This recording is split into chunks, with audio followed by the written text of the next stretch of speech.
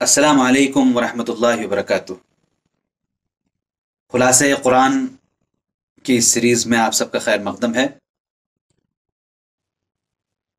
آج ہم انشاءاللہ پچھلے درس میں ہم نے جہاں چھوڑا تھا، جہاں سے سورہ اعراف کے 8ویں رکوع سے نبیوں کا سلسلہ شروع ہو رہا تھا، نبیوں کی باتیں شروع ہو رہی تھیں اور ایک سلسلہ وار نبیوں کے قصے آ رہے تھے۔ آج انشاءاللہ ہم وہاں سے پڑھیں گے، یعنی 8ویں پارے سے، اور پھر اس گفتگو کو ہم لے کر 9ویں پارے سے جائیں۔ گویا کہ آج کی گفتگو اصل تو ہے 9ویں پارے ہی کی، لیکن پیچھے ہم نے چند رکوع چھوڑ دیے تھے تاکہ ہم ایک ترتیب کے ساتھ نبیوں کے قصوں کو سمجھ سکیں، اس لیے ہمیں آج یہاں سے شروع کرنا ہے۔ سب سے پہلے ایک بات ذہن میں رکھنی چاہیے کہ نبی اور رسول یہ ٹیکنیکلی دو الگ الگ چیزیں ہیں۔ بظاہر یوں ہم ایک لفظ بول دیتے ہیں اردو میں، اس سے کوئی فرق نہیں پڑتا، لیکن جب آپ تعریف میں جاتے ہیں، ڈیفینیشن دیکھتے ہیں، تو ہمیں اس میں ذرا سا ڈفرینس نظر آتا ہے۔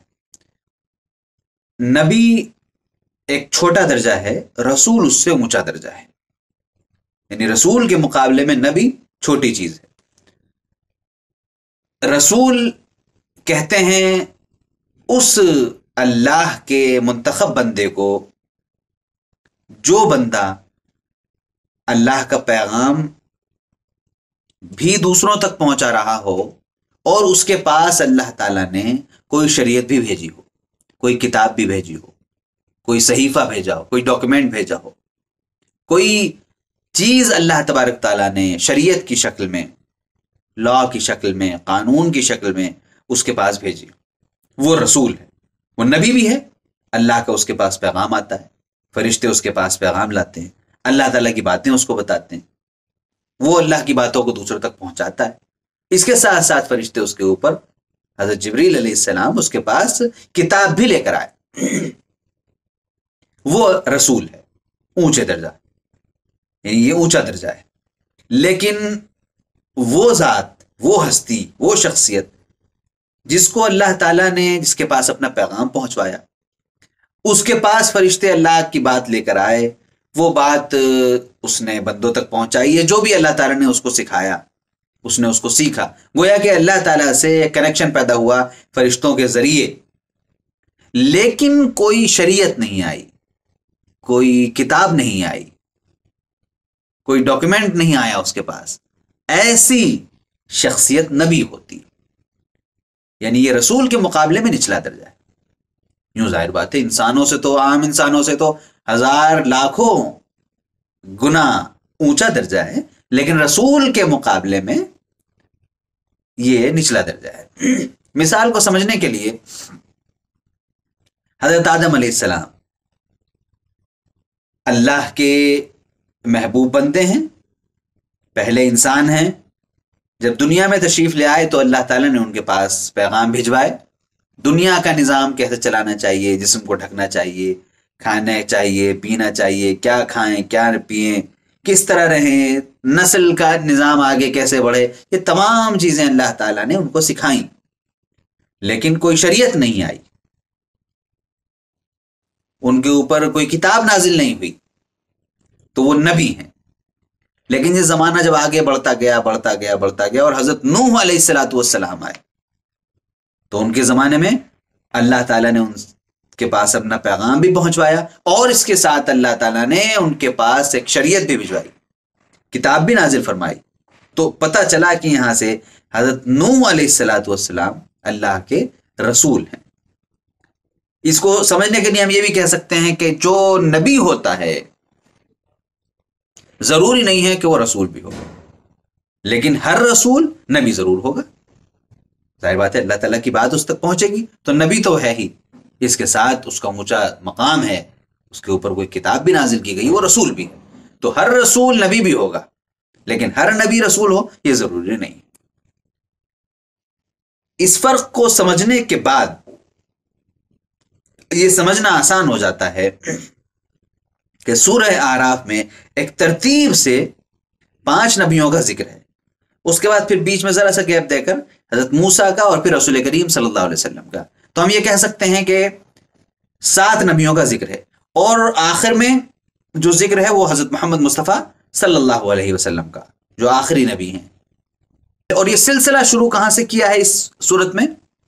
حضرت نوح علیہ السلام سے، حضرت آدم سے نہیں، حضرت نوح علیہ السلام سے بات شروع کی گئی ہے اور حضرت محمد مصطفیٰ صلی اللہ علیہ وسلم تک پہنچائی گئی۔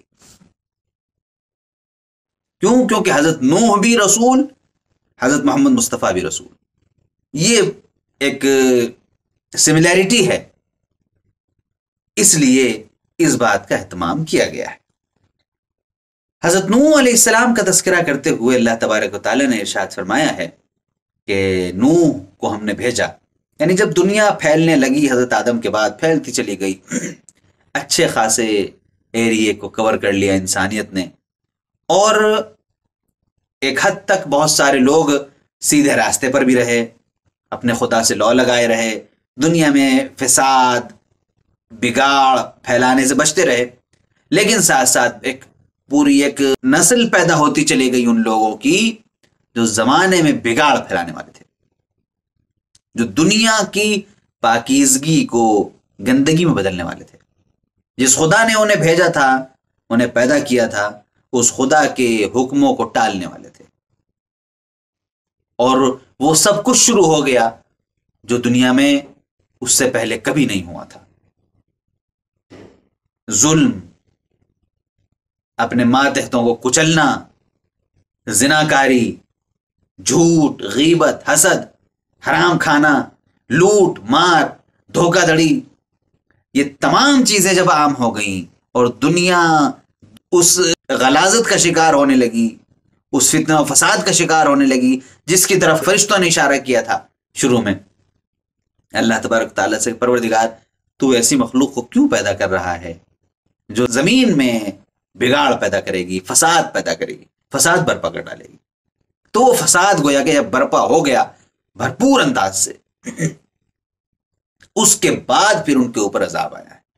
یعنی حضرت نوح علیہ السلام کا دور لمبا دور گزرا، تقریباً 1000 سال کا، 950 سال حضرت نوح علیہ السلام کی عمر بتائی گئی۔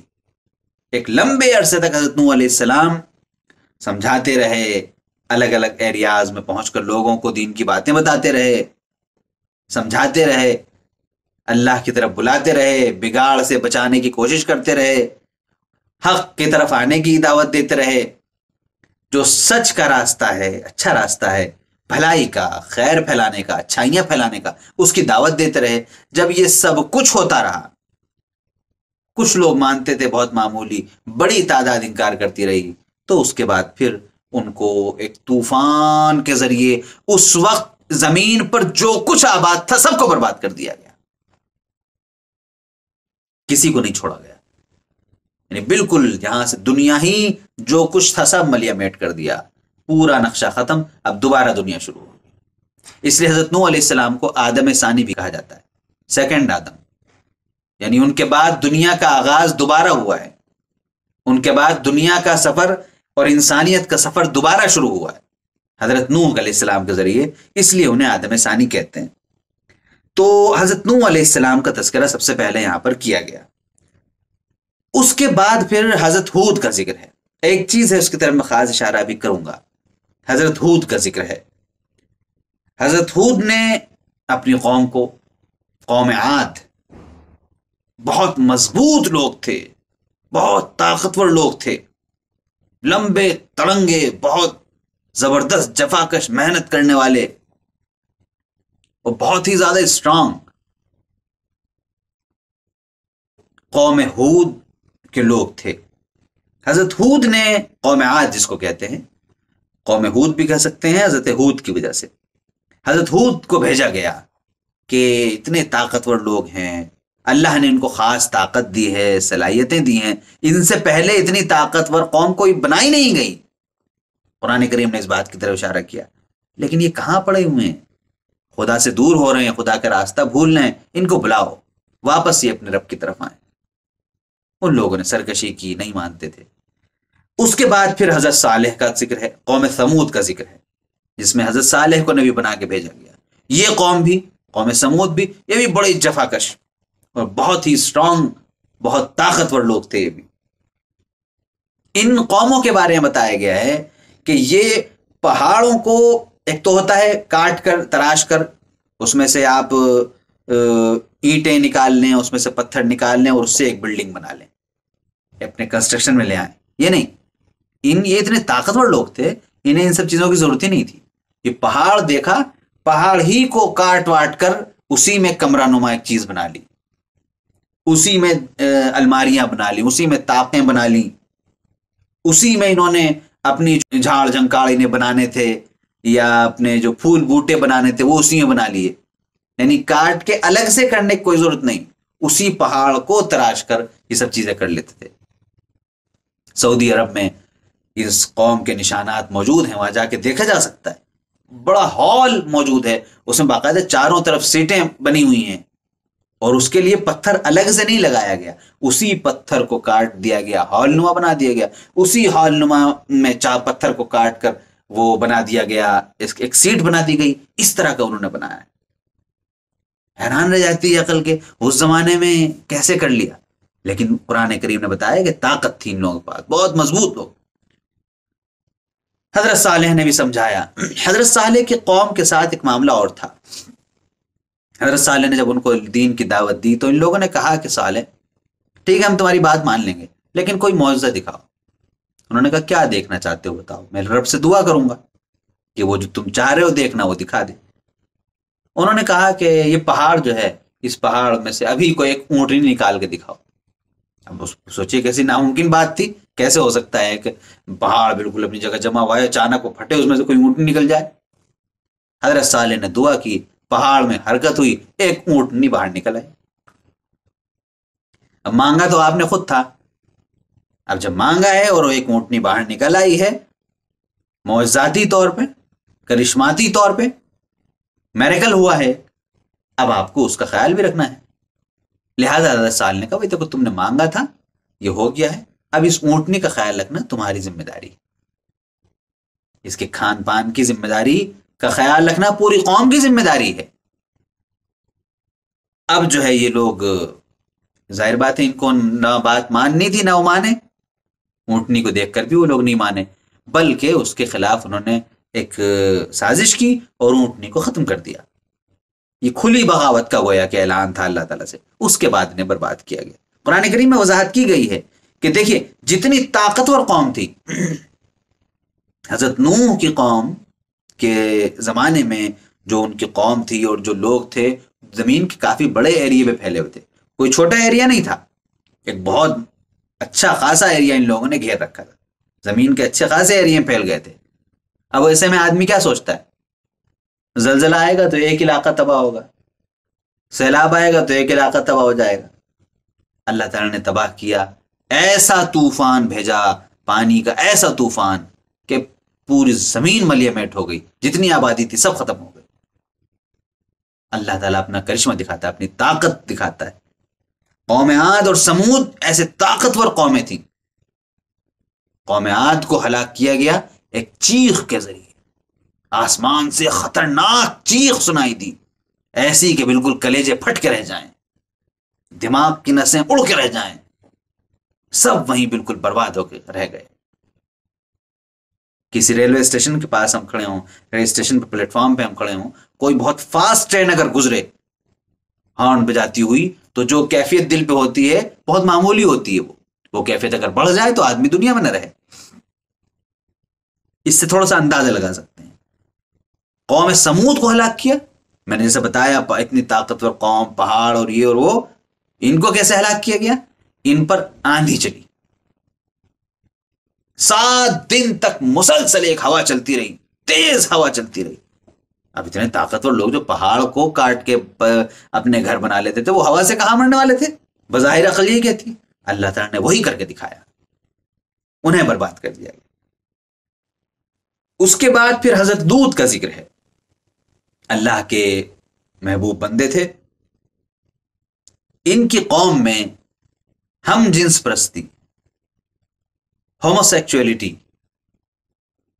ایک جنس ایک جو سیکس ہے مرد عورت، تو ایک جنس کا اپنی جنس کی طرف مائل ہونا. جو مرد تھے وہ عورتوں کی طرف مائل نہیں ہوتے تھے، عورتوں کی طرف اٹریکٹ نہیں ہوتے تھے، بلکہ وہ مردوں ہی کی طرف اٹریکٹ ہوتے. انتہائی غلیظ اور گندی یہ صفت اور یہ بیماری اس قوم میں پھیل گئی تھی. حضرت لوط سمجھاتے رہے، منع کرتے رہے، لیکن وہ لوگ نہیں مانے. اب چونکہ یہ برائی بھی زیادہ بڑی تھی، اس لیے قرآن کریم میں کہا گیا ان کے ساتھ وہ کیا گیا جو کسی کے ساتھ نہیں کیا گیا، کیونکہ برائی وہ تھی جو کبھی نہیں پائی گئی تھی دنیا میں. وَأَمْطَرْنَا عَلَيْهِمْ مَطْرَ السَّوْءِ، ہم نے ان کے اوپر زبردست قسم کی بہت ہی خطرناک برباد کر دینے والی بارش کی، پتھروں کی بارش ہوئی، پوری بستی کو اٹھا کر الٹا کر کے بالکل ختم کر دیا گیا، برباد کر دیا گیا. اس کے بعد پھر حضرت شعیب کا ذکر. یہ 5 نبیوں کا ذکر ایک لائن سے آیا ہے، ان میں سے 5 میں حضرت شعیب ہے. حضرت شعیب علیہ السلام کا ذکر ہے 5ویں نمبر پہ. کہا گیا کہ یہ بھی علاقہ وہی تھا مدین کا علاقہ جو سعودی عرب میں ہے. حضرت شعیب علیہ السلام اپنے قوم میں آئے، اور اس قوم میں اس وقت بہت زیادہ دوسری بیماریاں بھی تھیں، دوسری برائیاں بھی تھیں.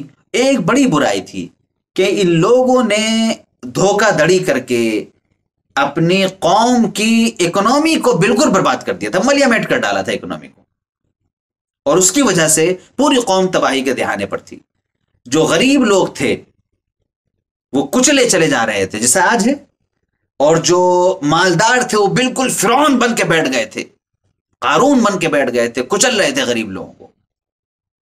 لہٰذا حضرت شعیب نے اپنی قوم کے لوگوں کو آ کے سمجھایا. دوسری باتیں یہ بتائیں، خاص طور پہ اس بات کی طرف توجہ دلائی کہ یہ بڑی خراب چیز آ گئی، ہم لوگوں کو اچھی تجارت کرنی چاہیے، صحیح اصولوں کے مطابق، نیچرل اصولوں کے مطابق ہم لوگوں کو تجارت کرنی چاہیے، اور ایک اچھا صاف ستھرا اکنامی سسٹم، اکنامک کا ایک ایسا نظام قائم کرنا چاہیے جو صاف ستھرا ہو، جس سے انسانیت کو فائدہ ہو. یہ لوگ مانتے نہیں تھے.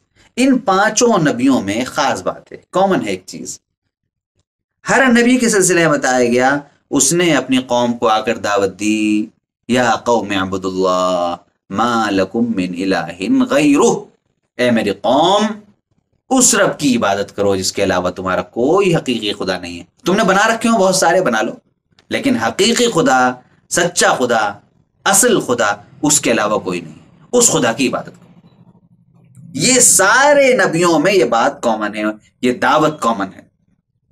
اس سے ہمیں پتہ چلا کہ توحید یہ انسانی ہیومن نیچر جو ہے اس کی بنیاد ہے، ہیومن نیچر کی اساس ہے. اس کی بنیاد میں ہے کہ انسان ایک رب کی پوجا کرے، ایک رب کو مانے.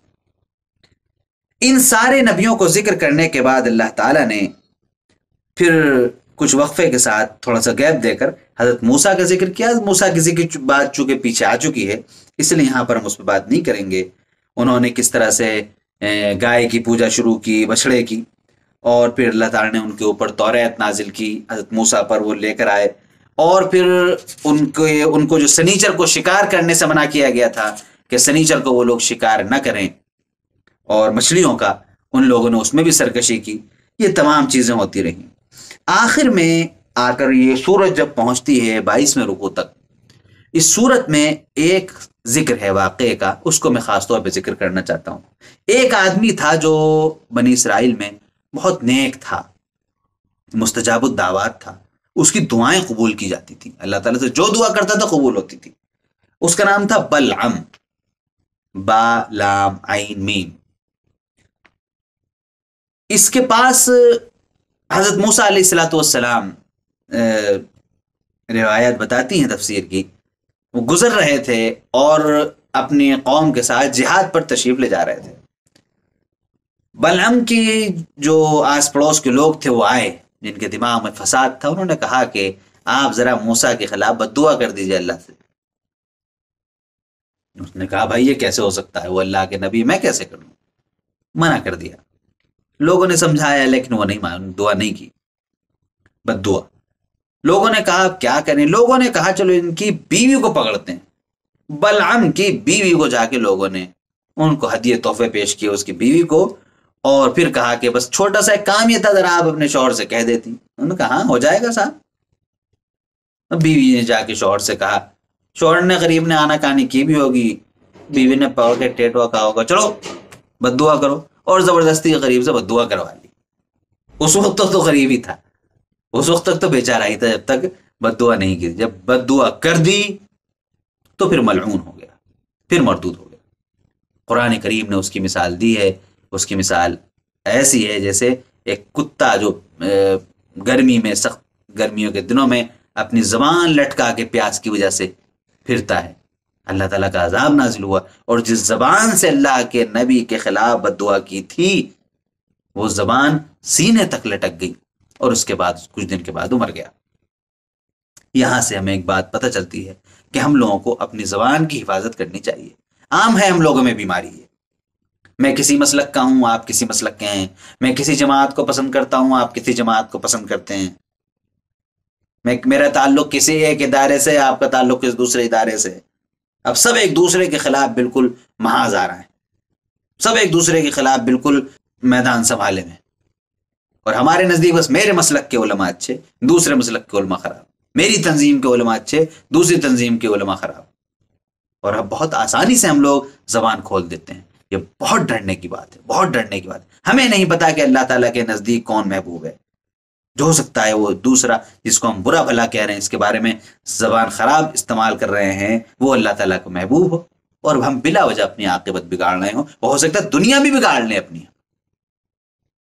یہاں پر آ کر یہ صورت ختم ہوتی ہے۔ آخر میں آیت نمبر 180 جو ہے 180، اس میں ہمیں تعلیم دی گئی ہے اس بات کی کہ وَلِلَّهِ الْأَسْمَاءُ الْحُسْنَى، کہ اللہ کے بہت سے پیارے پیارے نام ہیں، بہت سارے اچھے اچھے نام ہیں۔ سورہ اعراف میں آیت نمبر 180، اللہ تعالیٰ کے بہت سے اچھے اچھے نام ہیں، ان ناموں کے ذریعے اسے پکارا کرو۔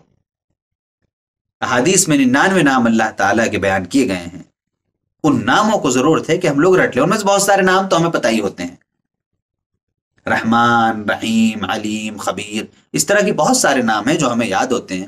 ایک ذرا سیکوینس میں آ جائے، اگر ہم ترتیب سے ان کو رٹ لیں تو عام طور پہ کلام پاک جہاں شروع ہوتا ہے، شروع میں دیا بھی جاتا ہے انر ٹائٹل پر، اور اب تو ہر چیز موجود ہے گوگل پر، ان کو لیا جا سکتا ہے، ان کو رٹنا چاہیے۔